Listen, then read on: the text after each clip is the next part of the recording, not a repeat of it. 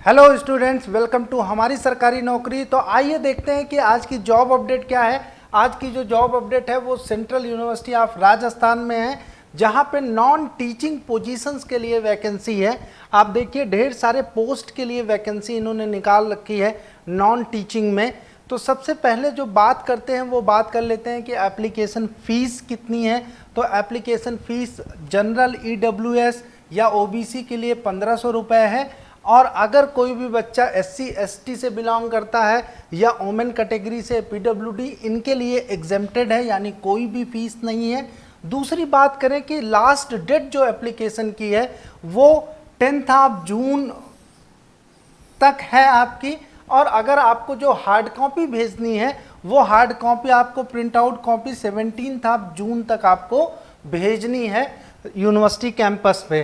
अब अगर बात करते हैं डिटेल्ड में, बात करते हैं कि क्या क्वालिफिकेशन रिक्वायरमेंट है, तो यहाँ पे चलते हैं कि रिक्वायरमेंट क्या रख रखी है, एजुकेशनल क्वालिफिकेशन क्या है, वो सारी डिटेल्स हम लोग यहाँ पे देख सकते हैं। तो देखिए पहली जो पोस्ट है वो आपसे डिटेल में डिस्कस करते हैं हम लोग, और उसके बाद आपको एग्जैक्ट पता चलेगा।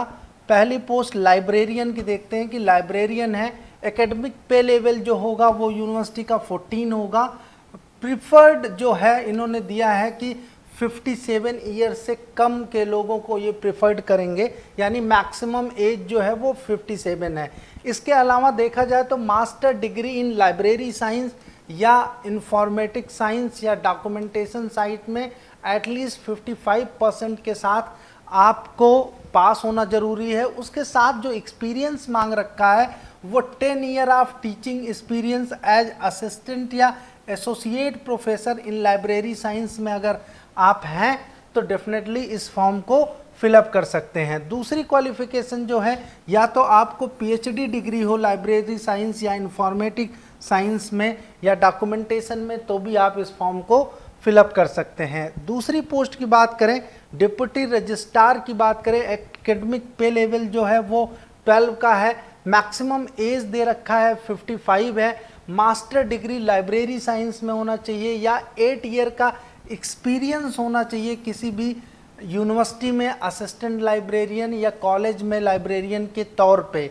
दूसरी चीज़, अगर आप पीएचडी हों या इससे एलाइड आप कंफर्मेशन एजुकेशनल रखते हैं तो डेफिनेटली आप इस फॉर्म को फिलअप कर सकते हैं। इसके बाद देखते हैं नेक्स्ट पोस्ट पे जाते हैं। इंफॉर्मेशन साइंटिस्ट की पोस्ट है जहां पे सैलरी लेवल 10 है। 40 ईयर्स आपका मैक्सिमम एज मांगा गया है।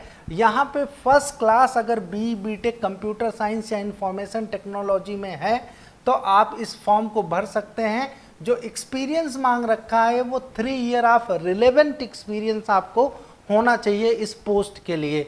या आपने अगर एमएससी कर रखा है कंप्यूटर साइंस से या इंफॉर्मेशन टेक्नोलॉजी इंफॉर्मेशन साइंस से तो डेफिनेटली आप एलिजिबल हैं इस पोस्ट के लिए।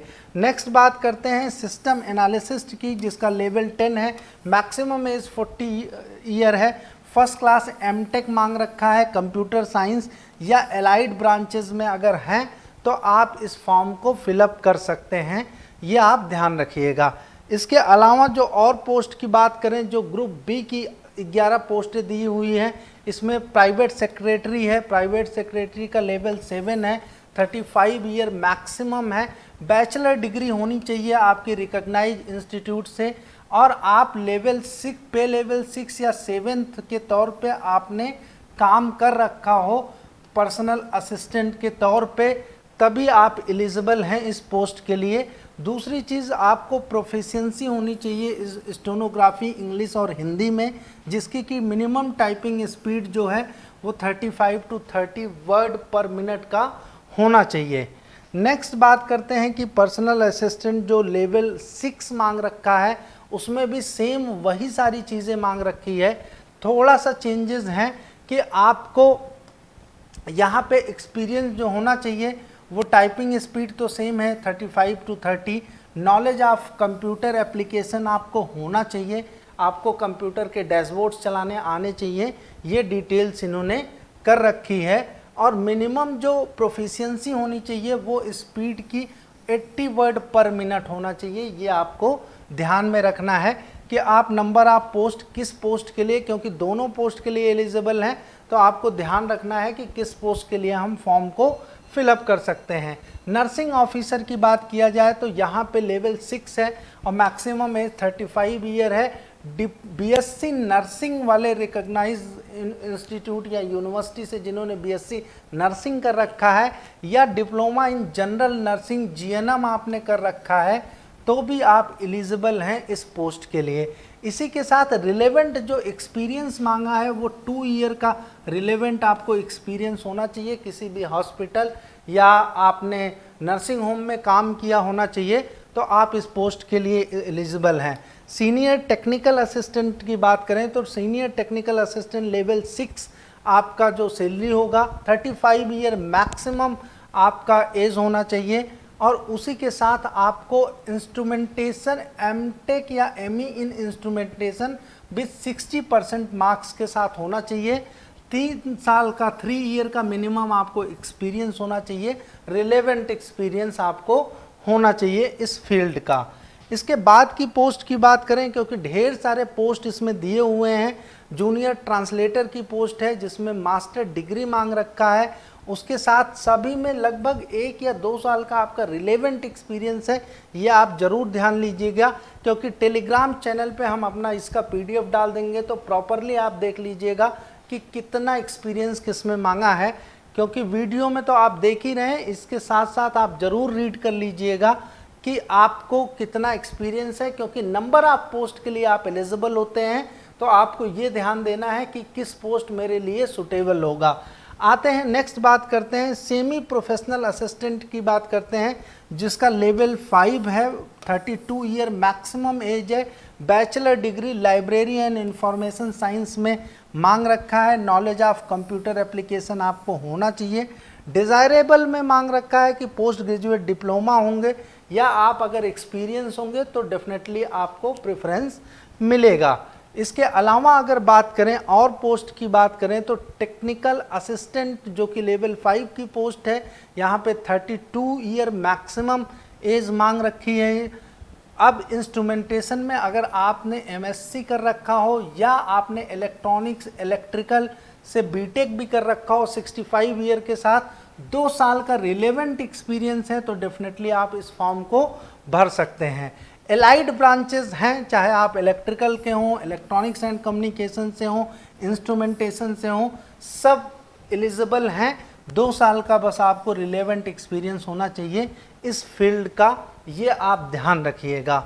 नेक्स्ट पोस्ट की बात करते हैं, नेक्स्ट पोस्ट में चलते हैं, फार्मास्यूटिक्स की बात करते हैं। यहाँ पे फार्मेसी से रिलेटेड पोस्ट है जिसमें 10+2 इक्विवेलेंट साइंस सब्जेक्ट होना चाहिए फ्रॉम किसी बोर्ड से, और डिप्लोमा इन फार्मेसी यानी डी फार्मा आप किए होने चाहिए। अगर आपने डी फार्मा कर रखा है तो डेफिनेटली इस पोस्ट के लिए एलिजिबल हैं।